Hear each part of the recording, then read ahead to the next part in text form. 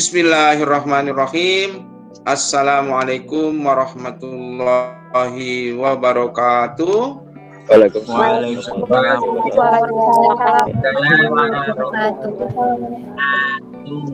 Jumpa lagi dengan belajar fisika bersama Pak Nursam. Kali ini kita akan lanjutkan fluida dinamik bagian kedua, ya. Pada bagian pertama kalian sudah diskusi, sudah belajar tentang asas kontinuitas, ya, dimulai dari beberapa gambar. Bapak mulai dari kilas balik dari gambar ini supaya diingatkan kembali. Kamu sudah belajar tentang asas kontinuitas, ya. Gambar aliran sungai ini menginspirasi bunyi hukum atau asas kontinuitas. Makin menyempit, aliran fluida makin cepat, kan begitu ya. Sedangkan makin melebar, aliran akan semakin lambat. Nah, dalam bentuk matematis ditulis A1V1 sama dengan A2V2 atau V1 per V2 sama dengan A2 per A1. A-nya luas penampang, V itu kecepatan, atau dengan jari-jari R, atau dengan diameter juga D, ya. Bentuk matematisnya menjadi kuadratik. Ya, ini diingatkan kembali, ya. Oke.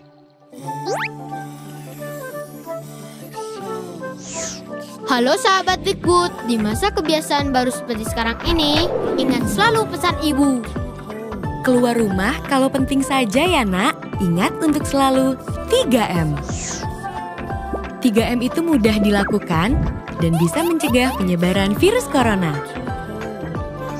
Menggunakan masker, mencuci tangan dengan sabun dan air mengalir, menjaga jarak. Sahabat Dikbud, kalau kamu sayang keluarga, jangan bawa virus ke rumah ya. Ingat pesan ibu, ingat 3M. Selanjutnya kita akan diskusikan tentang hukum kekalahan energi dan asas Bernoulli. Jadi bagaimana supaya air yang dari sini, dari bawah ini bisa kembali ke atas dengan prinsipnya setiap detiknya itu sama. Bagaimana cara mengalirkan itu? Tentu saja harus didorong dengan gaya di sini. Harus didorong dengan gaya di sini. Tetapi gaya itu bukanlah gaya tarik, bukan gaya dorong, tapi berbentuk gaya yang dihasilkan dari tekanan, ya, nak? Maka F-nya adalah menjadi F sama dengan P kali A. Di dalam fluida, dimanapun ada, tekanan itu selalu ada. Maka anak-anak, gaya itu muncul kalau, ya, tekanan yang di bawah lebih besar daripada tekanan di atas. Karena di atas itu ada tekanan juga. Tekanan apa, Pak? Tekanan air. Karena yang dialirkan air, ada tekanan air. Ada juga di luar air, yaitu tekanan udara. Jadi, nah, tekanan total di atas dan tekanan total di bawah. Nah, yang di bawah tekanan totalnya harus lebih besar supaya bisa naik. Beda kalau supaya bisa turun. Kalau bisa turun, tidak usah pun akan turun. Karena apa? Karena ada gaya gravitasi, gitu, ya. Nah, usaha untuk mengalirkan air dari tempat rendah ke permukaan tinggi digunakan untuk perubahan energi kinetik dan energi potensial. Energi potensialnya kan berubah karena dia dari tempat rendah ke tempat tinggi. Energi potensialnya berubah tuh. Begitu juga energi kinetiknya. Karena dari bawah ke atas ini mengalami perubahan kecepatan. Sehingga delta P kita ganti menjadi P1 kurang P2. Karena P1-nya harus lebih besar daripada P2. Dikali dengan volume. Volume ini dari mana? Karena ini luas penampang kali jarak. Atau kali panjang. Luas penampang kali panjang itu sama dengan volume. Maka P1 min Po 2 kali volume sama dengan, ya, delta EP untuk kelas 10 ini sudah dipelajari, yaitu EP itu kan MGH, maka delta EP menjadi MG, H-nya berubah dari 1 ke 2 menjadi H2 min A1. Begitu juga energi kinetiknya berubah dari V1 ke V2 menjadi kan energi kinetik setengah MP kuadrat. Setengah MP kuadrat menjadi setengah M kali V2 kuadrat min V1 kuadrat. Ini dulu dipegang. Jadi usaha untuk memindahkan itu sama dengan usaha atau sama dengan jumlah perubahan energi kinetik dan energi potensial ya. Jadi P1 min P2 kali V ini adalah usaha, sedangkan ini adalah perubahan energi potensial dan ini adalah perubahan energi kinetik. Nah, kemudian berikutnya ini dua ruas dibagi dengan volume. Jadi kalau dibagi volume, maka ini akan habis. Volume dibagi volume habis sama dengan 1, sedangkan massa dibagi volume itu akan menjadi massa jenis. Kemudian yang berinisial 1 dipindahkan ke kiri. Jadi ini P1 tetap di kiri P1. Kemudian yang rho GH1 dipindahkan ke kiri. Ini kan dikalikan ini min rho GH1 jadi pindah plus rho GH1. Kemudian yang rho P1 kuadrat ini minus pindahkan juga ke kiri menjadi setengah rho V1 kuadrat. Sama dengan P2-nya pindah ke kanan jadi positif. Ini tetap positif rho GH2 dan setengah rho V2 kuadrat. Rumusnya panjang tapi gampang loh ngapalinnya.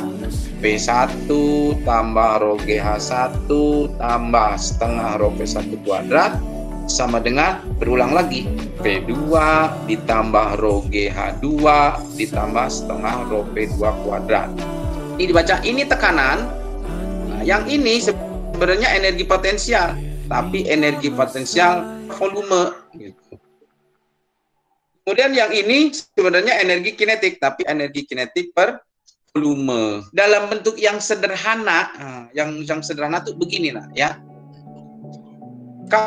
Kalau asas kontinuitas itu kemarin bentuk sederhana itu kan makin sempit, makin kenceng kan gitu.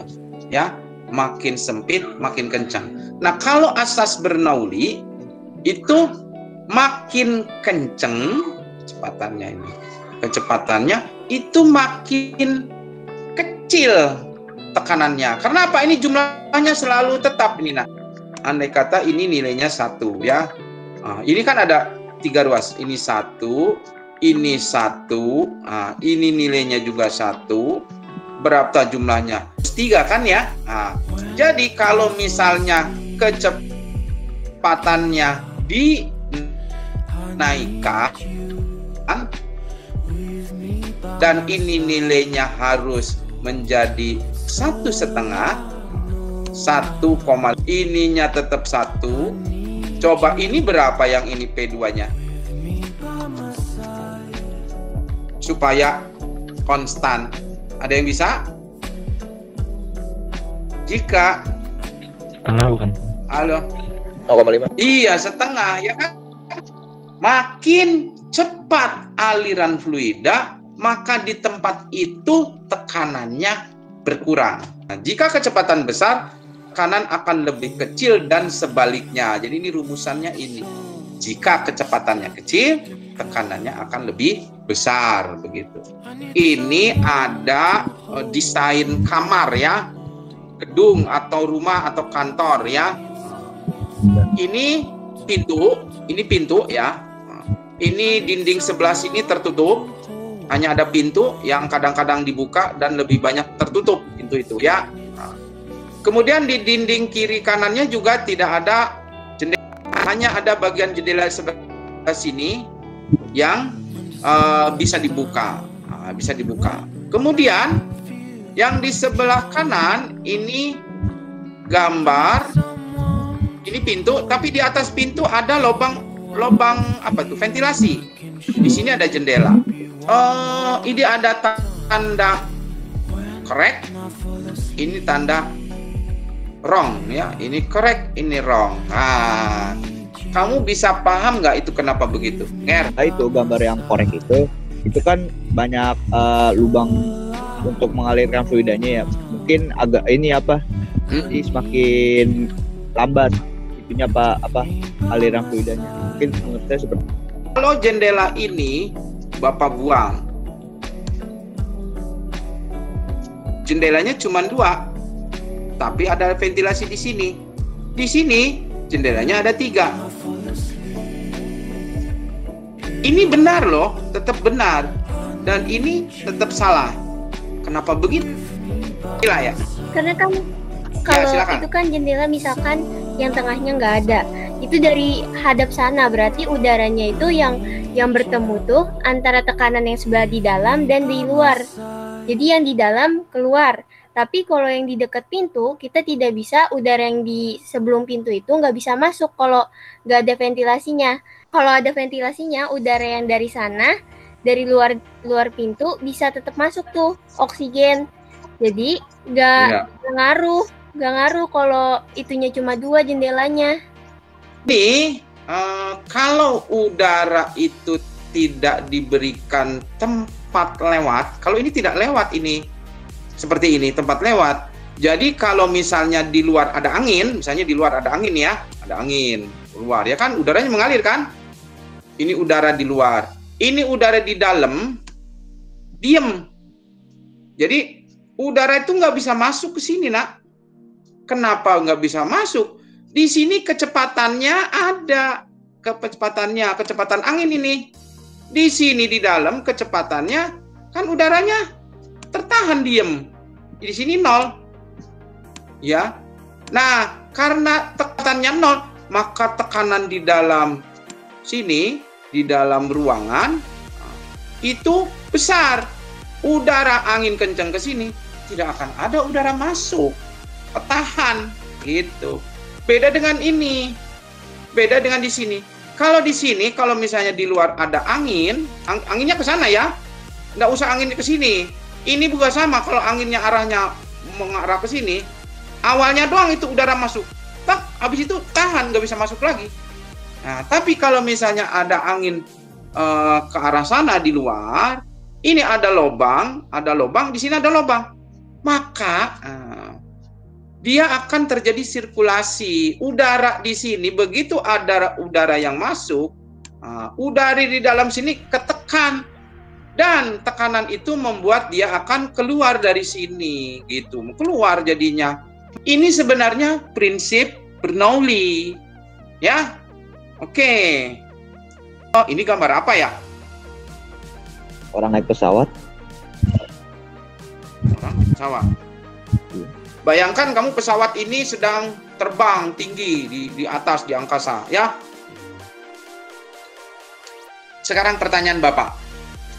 Andai aja ada peluru nyasar, nyampe ke atas, tak aja kena ke sini nih. Jika jendela pecah, apakah udara luar masuk atau udara di dalam tersedot keluar? Siapa yang bisa jawab? Ya, Pak. Ya, silakan. Menurut saya jika jendela pecah, udara di dalam itu tersedot keluar, Pak. Karena kan Ya. Ini kan Stop dulu. Bentar alasannya. Ya. Bentar alasannya. 2 kemungkinan nggak sih? Ada udara yang luar masuk, terus udara yang dari dalam keluar. Ya, jawaban aman begitu tuh. 2 kemungkinan. Ambil jalan tengah ya. Bener-bener. Ayo, jawabmu yang mana? Jadi maksud Bapak supaya kamu menggunakan rasional. Ya, jadi kalau menurut teorinya tadi, ini di dalam ini kan udaranya diam, nak. Di luar pesawat di sini V2 udaranya kencang, kecepatannya rendah, maka tekanannya tinggi. Besar, lebih besar. Sedangkan yang di luar tekanannya lebih rendah. Tuh. Maka mendorongnya keluar apa ke dalam? Ayo jawab. Keluar. Gila. Keluar. Iya, maka betul tuh yang dijawab sama Angger tadi. Yang terjadi adalah udara di dalam tersedot keluar. Semua barang yang ada di sini itu kesedot keluar. Tas, ya tisu, apalagi tisu, orang tas yang ada di sini juga rontok di sini. kesedot keluar, nak.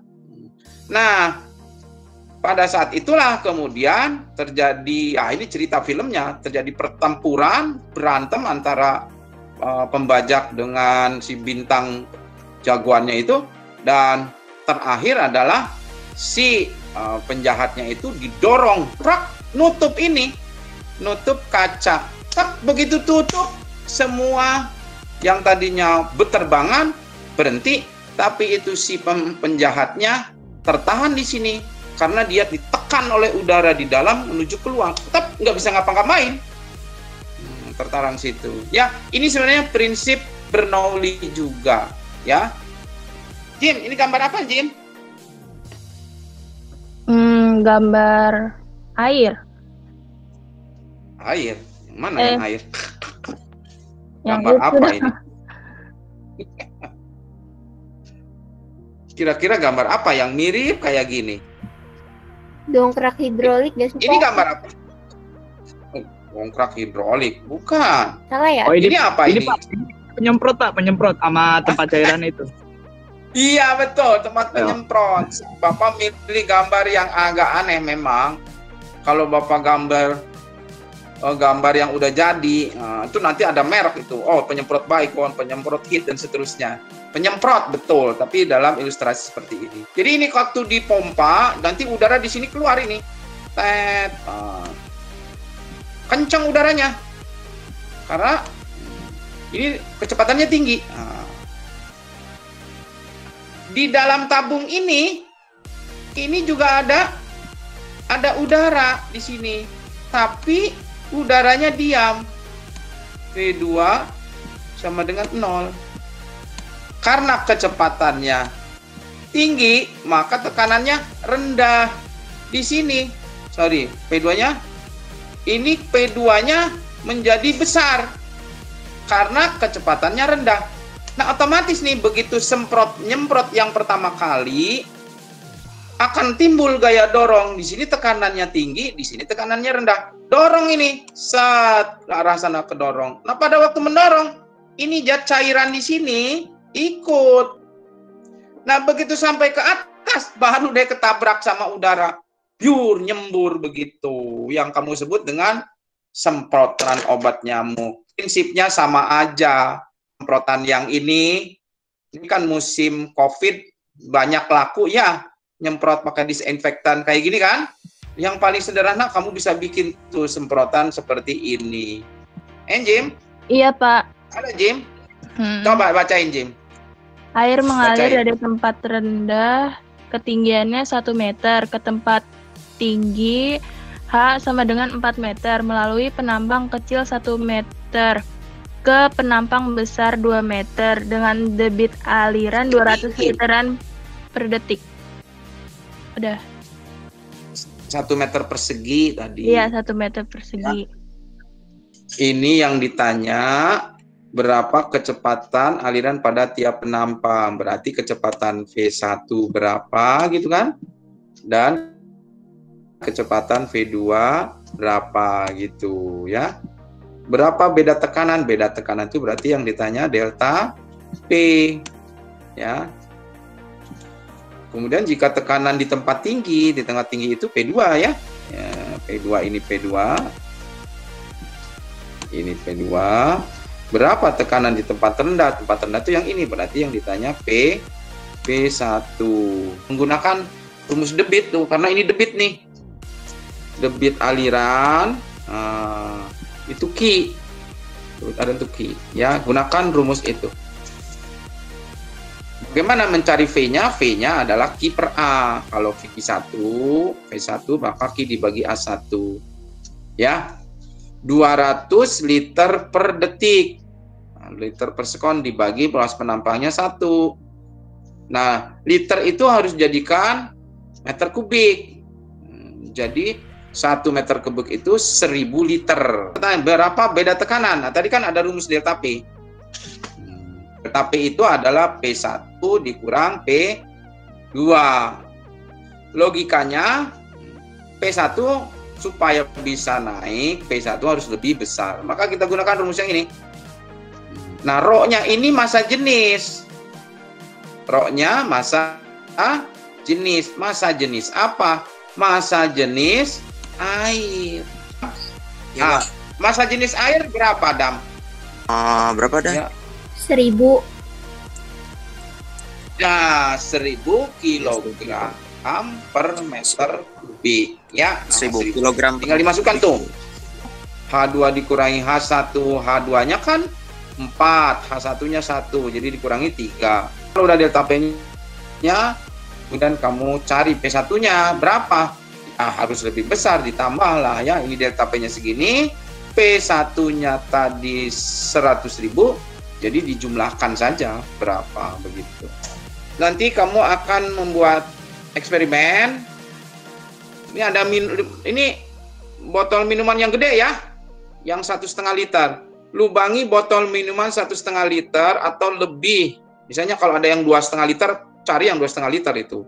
Pada bagian bawah samping hingga mirip lubang pancuran. Jadi di sini dilobanginnya nih.